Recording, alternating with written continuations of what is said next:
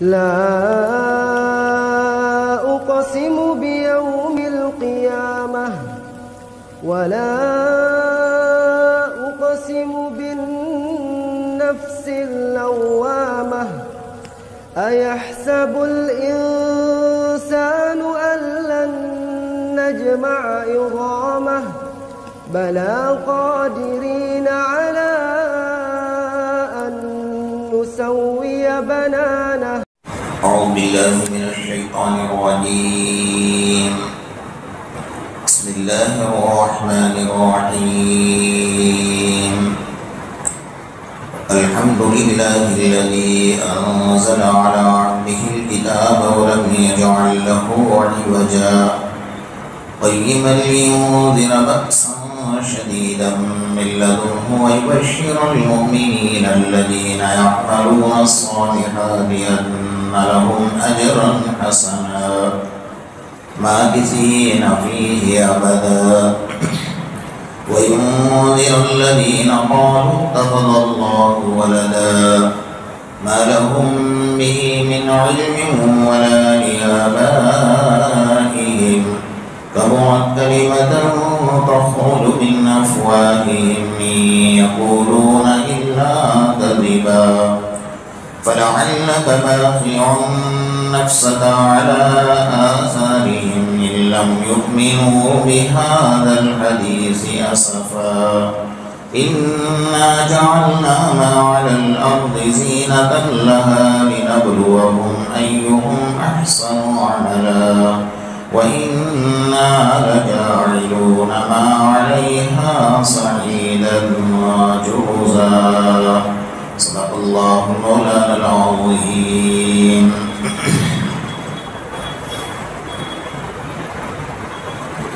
گزشتہ کل اور اس سے پہلے آپ حضرات کے سامنے سورہ کہف کی دوسری اور تیسرے نمبر کی آیت پر گفتگو چل رہی تھی. وَيُبَشِّرُ الْمُؤْمِنِينَ الَّذِينَ يَعْمَلُونَ الصَّالِحَاتِ أَنَّ لَهُمْ أَجْرًا حَسَنًا ماکثین فیہ ابدا. اللہ تبارک و تعالیٰ ایمان لانے والے اور اعمال صالحہ کرنے والوں کو بشارت دے رہے ہیں اجر حسنہ کی، اور یہ بھی ہے کہ ماکثین فیہ ابدا، جب وہ جنت میں جائیں گے تو ہمیشہ کے لیے جنت میں رہیں گے. جیسا جہنمیوں کے بارے میں ہے کہ مسلمان اور مرد مومن اپنے گناہوں کی وجہ سے جب جہنم میں جائے گا تو اس کی جو سزا ہے وہ سزا کاٹنے کے بعد تفصیل حدیث میں لمبی ہے کہ قیامت کے میدان میں جب پل صراط بچھایا جائے گا، اللہ تبارک و تعالیٰ فرمائیں گے پل صراط پار کرو، تو پل صراط کے اوپر سے چلتے ہوئے نیک لوگ نکل جائیں گے اور جنت میں پہنچ جائیں گے. کوئی بجلی کی طرح گزر جائے گا، کوئی تیز رفتار گھوڑ سوار کی طرح نکل جائے گا، کوئی دوڑ کر پہنچ جائے گا، کوئی چل کر پہنچے گا، کوئی رینگتا ہوا پہنچے گا، اور کچھ لوگ ہوں گے جو کٹ کر جہنم میں گریں گے، کیونکہ پل صراط جو بچھایا جائے گا وہ جہنم کے اوپر بچھایا جائے گا. آقا نامدار محمد رسول اللہ صلی اللہ تعالیٰ علیہ وسلم یہ سمجھتے ہوں گے کہ میری ساری امت جنت میں آ گئی، کوئی باقی نہیں رہا. اب جنتی جنت میں چلے گئے، جہنم میں چلے گئے. بہت عرصے کے بعد جہنم میں کافر لوگ مسلمانوں کو طعنہ دیں گے کہ تم تو مسلمان تھے، تم تو اللہ کو ماننے والے تھے، تم یہاں کیسے آ گئے؟ ہم تو کافر تھے، ہم تو تمہارے خدا کا انکار کرتے تھے، ہمیں تو تمہارے خدا نے ڈالا ہے جہنم میں، تم کیوں آ گئے؟ جب یہ طعنہ دیں گے تو اللہ تبارک و تعالیٰ کی نظر پڑے گی کہ میرے ماننے والوں کو جہنم میں طعنہ دیا جا رہا ہے. یہ بھی اللہ کی شان کریمی ہے کہ اللہ کی نظر پڑے۔ اللہ جبرائیل کو فرمائیں کہ جبرائیل جاؤ، میرے بندوں کو جہنم میں تانا دیا جا رہا ہے۔ تو جبرائیل امین جہنم میں جائیں گے، جیسے جہنم میں قدم رکھیں گے جہنم کی آگ ٹھنڈی ہو جائے گی۔ تو وہاں جو مومن ہوں گے جو جل کر کوئلے کی طرح ہو گئے ہوں گے، وہ دیکھ کر کہیں گے کہ آپ کون ہیں؟ وہ کہیں گے انا جبرائیل، میں جبرائیل ہوں۔ اچھا وہ جبرائیل جو محمد رسول اللہ صلی اللہ علیہ وسلم پر آسمان سے پیغام لے کر آیا تھا؟ پھر جی کہا جی۔ تو کہا جب اللہ کا پیغام آقا نامدار محمد رسول اللہ صلی اللہ علیہ وسلم کے پاس پہنچا تو ایک ہمارا پیغام بھی آقا کو دے دو کہ آپ کی امت جہنم میں جل رہی ہے، ہم پریشان ہیں۔ تو جبرائیل جائیں گے، اللہ کے رسول صلی اللہ علیہ وسلم منبر پر بیٹھے ہوں گے سارے انبیاء کرام کے درمیان میں، کیونکہ آپ کو جو مقام دیا ہے مقام محمود، بڑا اونچا مقام ہمارے آقا محمد رسول اللہ صلی اللہ علیہ وسلم۔ آپ تو سارے انبیاء کے درمیان میں بیٹھے۔ جب جبرائیل جائیں گے اور سلام عرض کریں گے اور کہیں گے کہ محمد رسول اللہ صلی اللہ علیہ وسلم آپ کی امت جہنم میں آپ کو یاد کر رہی ہے، اللہ کے رسول جب سنیں گے نا تو وہ کیفیت ہم بیان نہیں کر سکتے کہ آپ کی کیا کیفیت ہے۔ کہا میری امت جہنم میں ابھی تک؟ کہاں آپ کی امت کا جب پل صراط پار کر رہے تھے جن کے اعمال ایسے تھے کہ وہ پل صراط پار نہیں کر پائے۔ آج فجر کی نماز کے لیے گھر سے مسجد میں آنا بڑا مشکل نظر آتا ہے، لیکن وہ بندے جو اندھیری رات میں گھر سے مسجد میں چل کر آئے ہیں اسی نور کے تحت پل صراط پار کریں، کیونکہ اندھیرا ہوگا، بال سے زیادہ باریک ہے، تلوار سے زیادہ تیز ہے راستہ، اور سب سے بڑی چیز اندھیرا ہے۔ اب بڑی بڑی روڈ پر اندھیرے میں نہیں چل سکتے، تو اس بال سے زیادہ باریک اور تلوار سے زیادہ تیز راستے پر آپ اندھیرے میں کیسے چلو گے؟ وہاں وہ نور کام آئے گا جو آپ اندھیرے میں گھر سے مسجد میں آئے، آپ نے وضو کیا اس کا نور کام آئے گا، آپ نے سجدہ کیا اس کا نور کام آئے گا، آپ نے جمعہ کے دن سورہ کہف پڑھی اس کا نور کام آئے گا، اس دن پتہ چلے گا۔ تو جب مسلمان گزریں گے تو کافر دیکھیں گے پل صراط پر سے مسلمان تو گزرتے جا رہے ہیں، ان کے سامنے تو نور ہے، لائٹ ہے، کہ ہمیں بھی کچھ دے دو تمہارا نور۔ تو مسلمان کہیں گے بھائی یہ نور اب یہاں نہیں ملتا ہے، اس کو حاصل کرنے کے لیے تو دنیا میں جانا پڑتا ہے، دنیا میں جانا تو ناممکن ہے۔ تو بہرحال جب جبرائیل اطلاع دیں گے تو آقا نامدار محمد رسول اللہ صلی اللہ تعالیٰ علیہ وسلم فوراً سجدے میں گر، اور آپ کی کیفیت بڑی عجیب ہوگی کہ میری امت ابھی تک جہنم میں چل رہی ہے۔ کہاں؟ اللہ کے رسول سجدے میں گر جائیں گے تو اللہ کی طرف سے آواز آئے گی کہ یا محمد کیا ہوا؟ اللہ میری امت ابھی تک جہنم میں چل رہی ہے۔ کہا ہم نے آپ کو اس لیے نہیں بتایا تھا کہ آپ کے دل پر صدمہ لگے گا، کیونکہ ہم نے آپ سے وعدہ کیا تھا وَلَسَوْفَ يُعْطِيكَ رَبُّكَ فَتَرْضَىٰ، ہم قیامت میں آپ کو راضی کریں گے، اور ہمیں پتا تھا کہ آپ اس وقت تک راضی نہیں رہتے جب تک ایک ایک امتی کا ہاتھ پکڑ کر جنت میں داخل نہ کرتے ہیں۔ ہم نے پتہ ہی نہیں چلنے دیا آپ کو کہ آپ کی امت جہنم میں جل رہی ہے، تو کیا کریں؟ کہا جائیے جہنم میں چلے جائیے اور آپ کی امت کو لے کر آئیے۔ یہ جنت کا دولہا چلا، ساری برات جنت کی لے کر۔ اللہ کے رسول صلی اللہ علیہ وسلم جب جہنم میں جائیں گے نا، جہنم آپ کے قدم مبارک کی وجہ سے جہنم کی ساری آگ ٹھنڈی ہو جائے گی، تو جتنے کافر ہیں انہیں بھی سکون کا سانس لینے کا موقع ملے گا، کیونکہ آقا کا قدم پڑا ہے۔ تو اللہ کے رسول صلی اللہ علیہ وسلم اپنے امتی کو لے کر آ رہے ہیں۔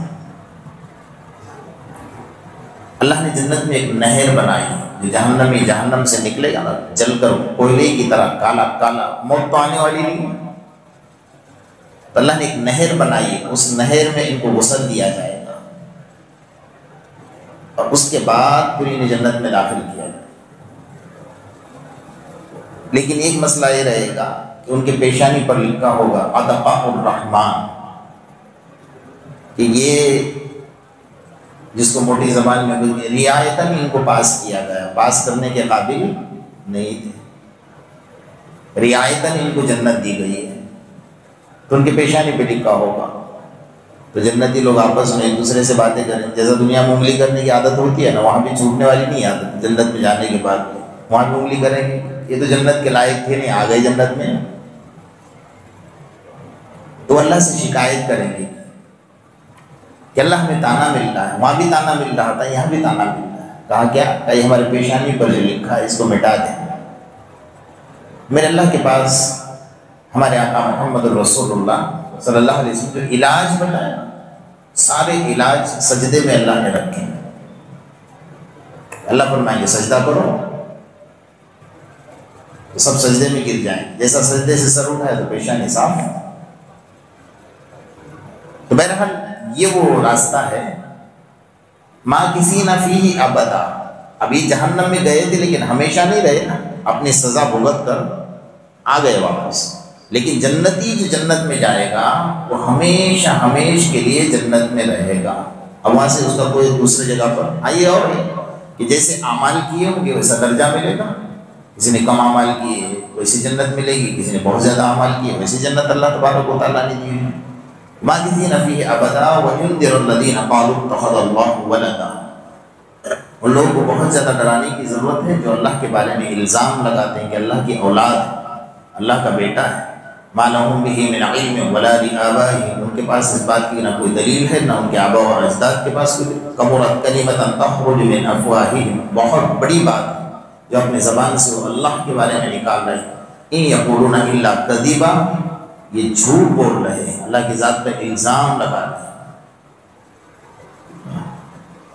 یہاں پر جو اللہ نے یہ جملہ استعمال کیا، کبرت کلمۃ تخرج من افواہہم ان یقولون الا کذبا. ان کی زبان سے بڑا جملہ اور جھوٹا جملہ ہے.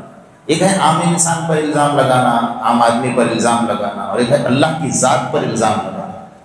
تو انسان اپنی زبان سے چرچراتا ہے دنیا کے اندر، جو زبان پر آیا بول دیا. اس کو یہ پتہ ہی نہیں کہ ما یلفظ من قول الا لدیہ رقیب عتید، کہ میرا ایک ایک جملہ اللہ کے پاس محفوظ ہو رہا ہے، چاہے اچھا بول چاہے برا ہو. یہ زبان ہے نا. تھوڑا سا غور کیجیے، اللہ نے جو تخلیق فرمائی، اللہ نے جو انسان کا جسم بنایا اس پر غور کیا کیجیے. اللہ کو پہچاننے کے لیے ساری دنیا کا سفر کرنے کی ضرورت نہیں ہے.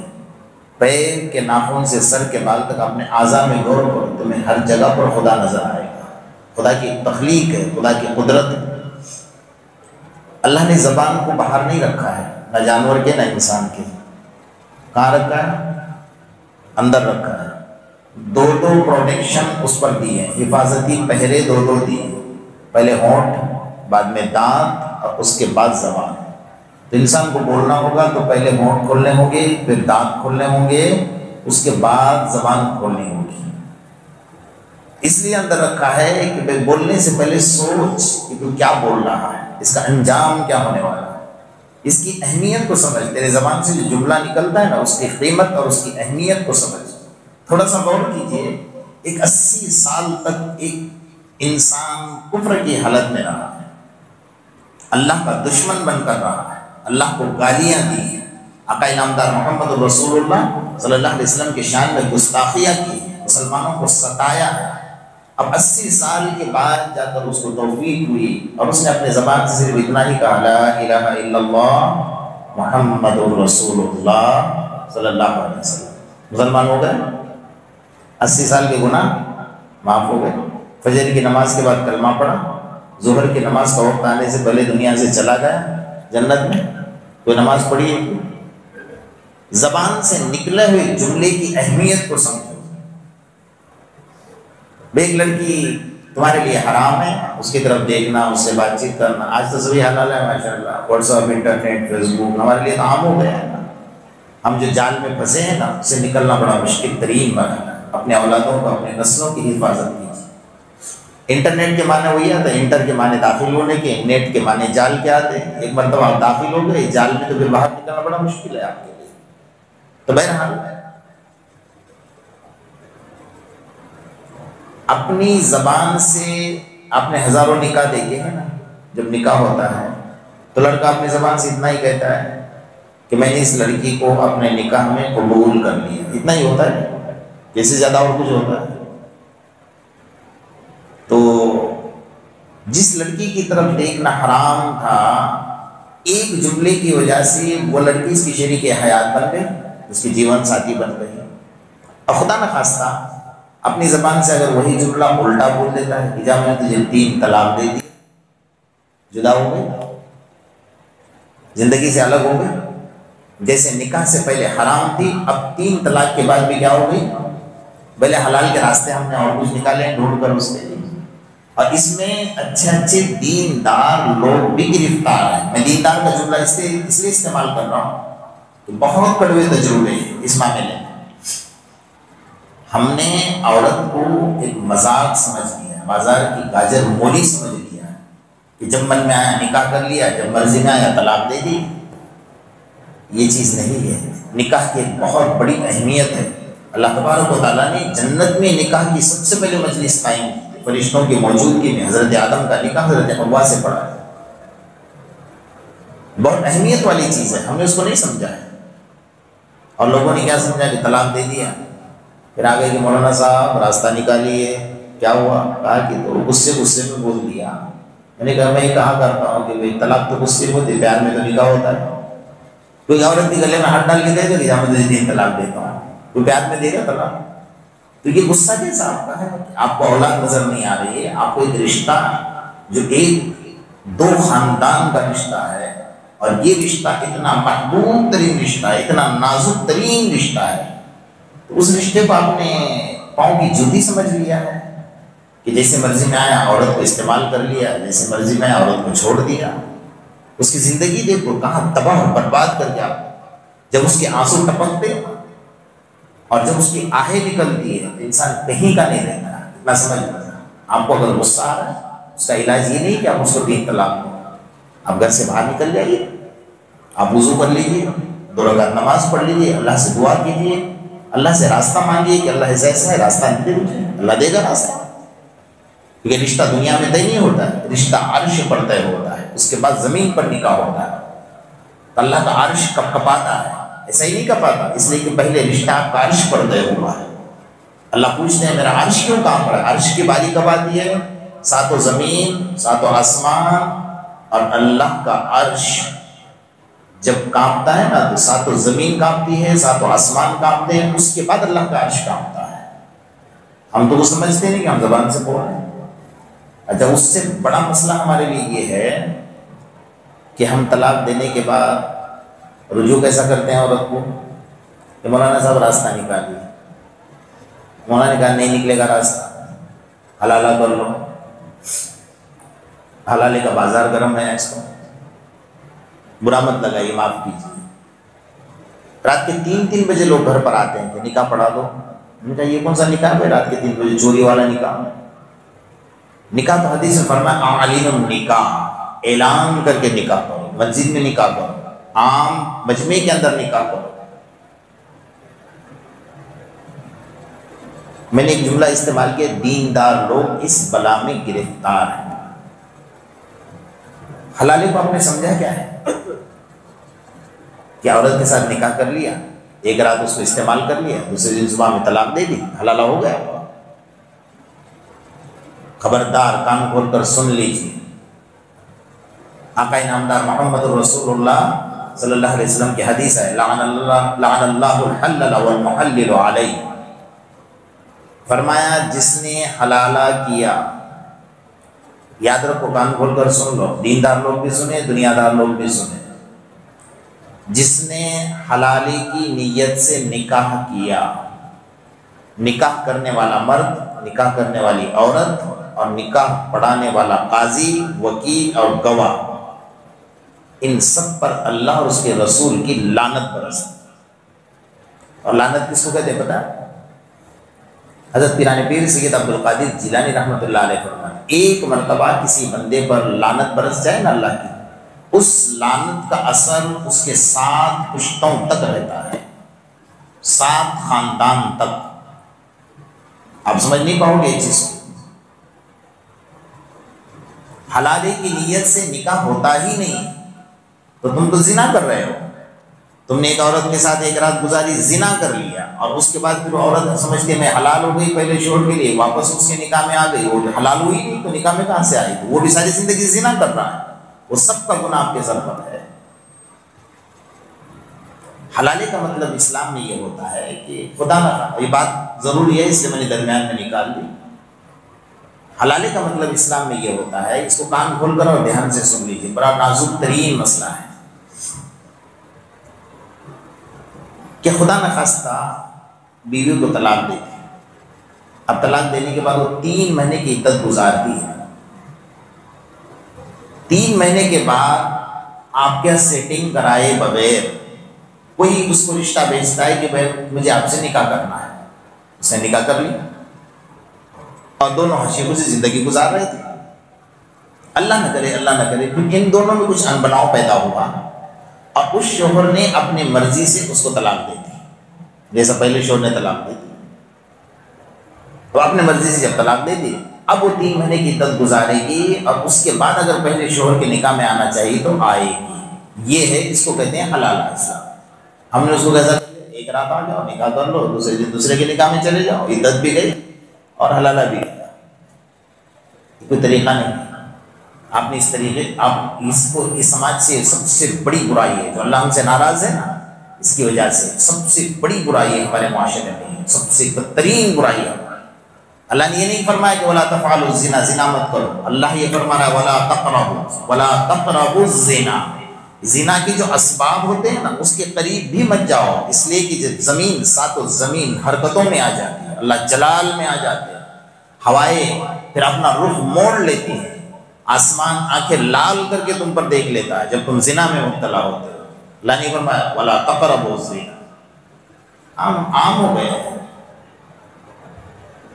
عام چیز ہو گئی، یہ قیامت کی نشانیوں میں سے نشانی ہے بہت بڑی کہ برائیاں تمہارے ذہن سے نکل جائیں گی، برائیوں کی جو قباحت ہے، اس کی مذمت ہے نا، اس کو یہ سمجھ میں نہیں آیا کہ میں برائی کر رہا ہوں، اس کے ذہن سے نکل گئی برائیاں سے۔ اللہ پاک ہماری نسلوں کی حفاظت فرمائے۔ ہماری بات یہ چل رہی تھی کہ انسان اپنی زبان سے نکاح میں کہا کہ میں نے نکاح میں قبول کر لیا، لڑکی حلال ہو گئی، زبان سے کہہ دیا میں نے طلاق دے دیا، لڑکی حرام ہو گئی۔ یہ زبان کی اہمیت ہے، زبان سے جو الفاظ نکلتے ہیں نا اس کو سوچو کہ میں کیا بول رہا ہوں، اس لیے کہ تمہارا لفظ نکلا ہو اللہ کے دربار میں، اللہ کے خزانے میں، لوح محفوظ میں جمع ہو رہا ہے، تم جو بھی بول رہے ہو وہ اللہ کے خزانے قدرت میں لکھا جا رہا ہے، قیامت کے میدان میں اس کا حساب آپ کو دینا ہوگا۔ حضرت علی رضی اللہ تعالیٰ عنہ فرماتے ہیں، حضرت علی کے مقولے اور قول پڑھا کیجیے، زندگی تبدیل ہو جائے گی۔ ایسے ہی اللہ کے رسول صلی اللہ علیہ وسلم نہیں فرماتے انا مدینۃ العلم وعلی الباب، میں علم کا شہر ہوں، اس کا دروازہ علی ہے، شہر میں داخل ہونے کے لیے دروازے کی ضرورت پڑتی ہے، علی کے پاس جو علم اللہ نے دیا ہے بہت عجیب علم دیا، بڑے بڑے مسائل کو چٹکیوں میں حل کیا کرتے تھے حضرت علی رضی اللہ عنہ۔ ایک دن سفر سے آئے تھے، تھوڑا تاخیر ہو گئی اور عصر کی نماز کا وقت ہو رہا تھا، تو حضرت علی تھوڑا تیز قدم سے چل رہے تھے کہ میری تکبیر اولیٰ کا مفعول نہ ہو جائے، لیکن یہودی نے ہاتھ پکڑ لیا، وہ دیکھ رہا تھا کہ علی تیز قدم سے چل رہے ہیں۔ یہودیوں کی نیت اس وقت بھی خراب تھی، آج بھی خراب ہے۔ اس نے یہ سوچا کہ اب علی کا ہاتھ پکڑ کر ایسا سوال کروں گا کہ علی جواب دیتے دیتے حیران ہو جائیں گے اور ان کی نماز قضا ہو جائے گی، ہو سکتا ہے نماز کا وقت نکل جائے گا۔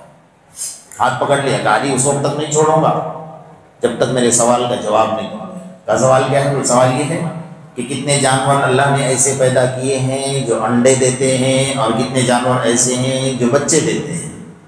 آسان سوال تو نہیں ہے نا۔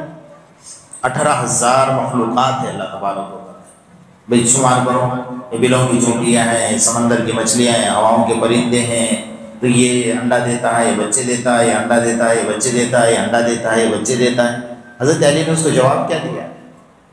فرمایا جس کے کان اللہ نے باہر رکھے ہیں وہ بچے دیتے ہیں، جس کے کان اندر ہیں وہ انڈے دیتے ہیں۔ چونٹی نکل گئی، اب وہ تو سوچتا سوچتا کھڑا رہ گیا۔ حضرت علی گئے، نماز پڑھی اور آئے تو اسی جگہ پر کھڑا تھا، سوچ رہا تھا کیا ہوا؟ میں سوچ رہا ہوں آپ کا جواب کہیں بھی غلط نہیں ہے۔ حضرت علی زبان کے بارے میں فرمایا المرء تحت لسانہ، یہ 6 فٹ کا انسان ہے نا اپنے زبان کے نیچے چھپا ہوا ہے۔ اس لیے بیوقوف کے گلے میں گھنٹی باندھنے کی ضرورت نہیں ہے، زبان سے سمجھ میں آتا ہے کتنا عقل مند ہے اور کتنا بیوقوف ہے۔ 6 فٹ کا انسان زبان کے نیچے چھپا ہوا ہے۔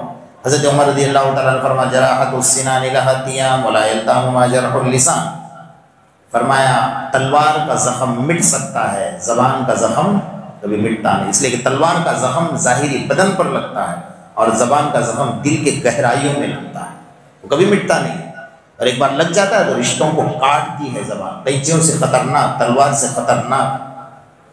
جرمہ صغیر جرمہ کبیر، چھوٹا سا جملہ کہ وہ تو اتنا چھوٹا سا ہے لیکن اس کے جرائم کتنے بڑے ہیں، سارے دنیا میں انقلاب برپا کر دے، سارے دنیا میں تباہی اور بربادی لا کر رکھ دے، اس لیے زبان پر احتیاط۔ حضرت شقیق بلخی رحمۃ اللہ علیہ بہت اچھی بات فرماتے ہیں عورت کی زبان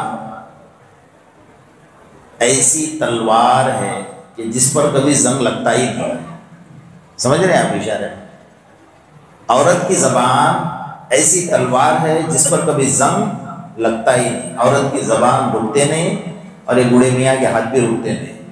میں بوڑھے میاں بول رہا ہوں کہ چچا بہت گرم ہوتے ہیں آج کل، سارا غصہ عورت پر نکالتے ہیں بیچارے، نوجوان تو ٹھیک ہے، آج کل کے بڑے بوڑھے بھی یعنی پتہ نہیں عورت کو مارنے میں ثواب سمجھتے ہیں، کیا سمجھتے ہیں، بڑا بہادر سمجھتے ہیں۔ آپ نے اللہ کے رسول صلی اللہ علیہ وسلم کے زمانے میں کسی صحابی نے عورت کو تماچا مارا اور چہرے پر مارا، اللہ کے رسول کے پاس شکایت پہنچی، حضرت ابوبکر فرماتے اللہ کے رسول کا چہرہ اتنا متغیر ہو گیا کہ آپ کا چہرہ پورا بدل گیا، کہ چہرے پر مارتے ہو؟ کہ جب عورت تہجد پڑھتی ہے، انسان تہجد پڑھتا ہے، انسان نماز پڑھتا ہے، تو سب سے پہلے میرے اللہ کی نظر انسان کے چہرے پر پڑتی ہے، اس چہرے پر تماچے مارتے ہو، تمہیں شرم نہیں آئی؟ تمہیں غیرت، تمہاری غیرت کہاں گئی؟ تم عورت کے چہرے پر تماچے مار رہے ہو اور اپنے آپ کو بہادر سمجھتے ہو۔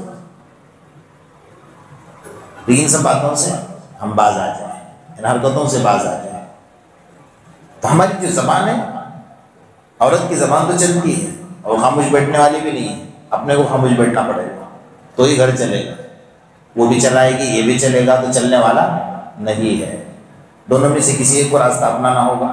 اگر بہت چلاتی ہے نا زبان، بہت چلاتی ہے، اس کا علاج کیا ہے؟ میں ایک چھوٹی سی بات سناتا ہوں، بہت کام کی بات ہے، اللہ کرے ہمارا گھر بن جائے، سنسار بن جائے، ہمارے گھر کے اندر اللہ روشنی پیدا فرمائے۔ حضرت عمر رضی اللہ تعالیٰ عنہ کے زمانے میں ایک صحابیہ تھی، بڑی لفاظ تھی، یعنی بہت بولتی تھی، تو صحابی تنگ آ گئے تھے۔ اب صحابہ کرام کی تربیت اللہ کے رسول نے فرمائی تھی کہ بھائی عورت کی زبان درازی پر اگر کوئی صبر کرے گا تو اللہ تبارک و تعالیٰ اس کو جنت میں حضرت ایوب علیہ السلام کے ساتھ رکھیں گے۔ تو صحابی نے کہا کہ اتنا برداشت کیا، ہمارے جیسا ہوتا تو کہتا بھائی جنت تو بعد میں ہی، جہنم بن گئی میری، تو میں کیا کروں گا، بے صبر ہے۔ تو برداشت کر کے تھک گئے، تو انہوں نے کہا چلو میں حضرت عمر کے پاس جاتا ہوں، اس کا علاج کرواتا ہوں، میں تھک گیا ہوں، اس سے بہت لفاظ ہے، بہت زبان چلاتی ہے۔ تو خوشی خوشی گئے، حضرت عمر بلائیں گے، اس کو ڈانٹیں گے، حضرت عمر سے ڈر جائے گی۔ اس وقت حضرت عمر امیر المومنین تھے، تو گئے تو دروازہ کھلا تھا حضرت عمر کا دروازہ، اور حضرت عمر کی پیٹھ دروازے کی طرف تھی اور چہرہ اندر کی طرف تھا۔ وہاں باہر کھڑے رہے تو یا اللہ، یہاں تو الٹا ہی معاملہ چل رہا تھا، حضرت عمر پر خود فائرنگ ہو رہی تھی اندر سے، حضرت عمر کی اہلیہ بھڑک رہی تھی اور حضرت عمر خاموش کھڑے تھے۔ صحابی سن کر دنگ رہ گئے، چلو میں نکلتا ہوں بھائی، پیچھے سے چپ چاپ نکل گئے۔ حضرت عمر کی نظر پڑی، بلایا، کہا کیا ہوا؟ کہا میرا مسئلہ حل ہو گیا۔ بھائی کیا ہوا وہ تو بتا۔ کہا عمر میرا مسئلہ حل ہو گیا میرے میں نے۔ حضرت عمر نے پکڑا، نہیں کچھ نہ کچھ بات ہے، آپ کچھ کام لے کر آئے، ہمیں جو کام لے کر آئے تو مسئلہ میرا حل ہی ہو گیا۔ تو کیا ہوا بتاؤ؟ تو کہا بات ایسی تھی، سب بتایا کہ میری عورت ایسی لفظ، میں نے یہاں دیکھا کہ آپ کی عورت آپ پر برس رہی ہے، آپ امیر المومنین ہو اور آپ خاموش سن رہے ہو، تو مجھے تو اور زیادہ سننا چاہیے، اس لیے چل رہا تھا چل رہا۔ حضرت عمر نے اس کو بہت اچھی نصیحت فرمائی، وہ نصیحت اپنے گھر میں اپنے دل میں رکھو۔ فرمائے دیکھ، عربی میں جملہ ہے، میں اس کو اردو میں سنا رہا ہوں، کہ میری دھوبن بھی یہ ہے، میری بھنگن بھی یہ ہے، اور میری باورچن بھی یہ ہے، سمجھ رہے ہیں؟ میرے کپڑے بھی یہ دھوتی ہے، میرے گھر کی صاف صفائی بھی یہ کرتی ہے، اور میرا کھانا بھی یہ بناتی ہے۔ ابھی جھگڑا کروں گا، رات میں اسی کے ہاتھ کا کھانا کھانا ہے، گھر گندا کر کے جاؤں گا، میرے آنے تک پورا گھر یہی صاف کرے گی، کپڑے گندے چھوڑ کر جاؤں گا، یہی کپڑے دھوئے گی، یہی کرے گی نا۔ بیچاری اتنا سب کام کرتی ہے اور گرم گرم کھانا پہلے آپ کو کھلاتی ہے، آپ کا بچا ہوا کھانا وہ کھاتی ہے، تو آپ کا دل اتنا نرم نہیں ہو کہ میری عورت جب میرے لیے اتنا کر رہی ہے؟ آپ تو محنت کرتے، آپ کی ذمہ داری ہے، آپ کا کوئی احسان نہیں ہے اس کے اوپر، مرد کی ذمہ داری ہے کما کر کھلانا لانا۔ اور جو نمک حرام ہے، گھر میں بیٹھے بیٹھے عورتوں کی کمائی کھاتے ہیں، انہیں شرم آنی چاہیے، غیرت آنی، حرام ہے عورت کی کمائی کھانا، یاد رکھنا اور کان کھول کر سن لیں۔ بہرحال میری بات اور کہیں نکل جائے گی دوسری طرف۔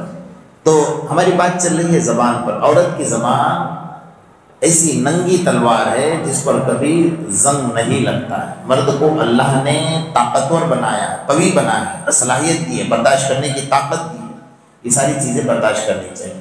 اللہ تبارک و تعالی ہم سب کے معاشرے کی اصلاح فرمائے، ہماری بھی اصلاح فرمائے، اور اللہ پاک ہماری زبان کی اصلاح فرمائے۔ بسم اللہ الرحمن الرحیم، وَإِلَٰهُكُمْ إِلَٰهٌ وَاحِدٌ لَا إِلَٰهَ إِلَّا هُوَ الرَّحْمَٰنُ الرَّحِيمُ اللهم صل على محمد وعلى آل محمد كما صليت على إبراهيم وعلى آل إبراهيم إنك حميد مجيد اللهم ربنا آتنا في الدنيا حسنة وفي الآخرة حسنة وقنا عذاب النار وقنا عذاب القبر وقنا عذاب الحشر وقنا عذاب من فتنة المسيح الدجال۔ اے الہ العالمین، ہم تمام کے صغیرہ اور کبیرہ گناہوں کو معاف فرما۔ اے اللہ، جو گناہ جان بوجھ کر نہ جانے کیے اسے بھی معاف فرما۔ اے اللہ، جو گناہ رات کے اندھیرے یا دن کے اجالے میں کیے اسے بھی معاف فرما۔ اللہ، ہم بڑے گناہ گار، بڑے سیاہکار، بڑے خطا کار، بڑے قصوروار، اللہ تیرے دربار کی قراری مجرم ہیں۔ اللہ، ہمارے جرم عظیم کو معاف فرما۔ اے مولا، رمضان کی برکات سے مالا مال فرما، ہمارے نمازوں کو قبول فرما، ہمارے روزوں کو قبول فرما، ہماری تراویح پڑھنے پڑھانے کو قبول فرما، زکوٰۃ لینے دینے کو قبول فرما، تیرے دین کے راستے میں خرچ کرنے کو قبول فرما۔ ہر آنے والے مصیبتوں سے، ہر آنے والے برے حالات سے ہماری اور امت کی حفاظت فرما۔ کہ اللہ، جہاں جہاں انتشار، جھگڑے، فتنے، فساد رمضان جیسے مہینے میں چل رہے ہیں، اے مولا اس کو صلح میں تبدیل فرما۔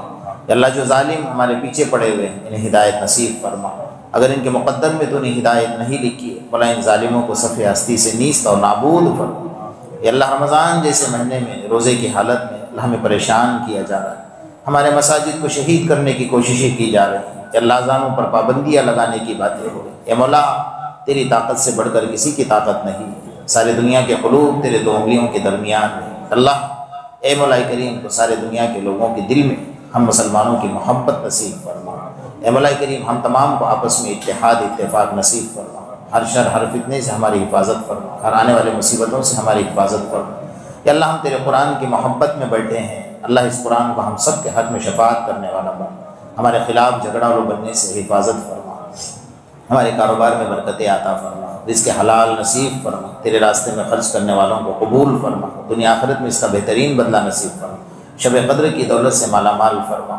یا اللہ، ہم سب کو اپنے گھر کی بار بار زیارت نصیب فرما، آقا انعامدار محمد الرسول اللہ صلی اللہ علیہ وسلم کی بار بار زیارت نصیب فرما، آپ کے ہاتھوں سے حوض کوثر کا جام کوثر نصیب فرما، آپ کی شفاعت نصیب فرما، ہم سب کی دعاؤں کو محض اپنے فضل و کرم اور آپ صلی اللہ علیہ وسلم کے صدقۃ الفعل میں قبول فرما۔ یا رب صلی وسلم دائما ابدا علی حبیبک خیر الخلق کلہم، ربنا تقبل منا انک انت السمیع العلیم، تب علینا یا مولانا انک انت التواب الرحیم۔ سبحان ربک رب العزۃ عما یصفون وسلام علی المرسلین والحمد للہ۔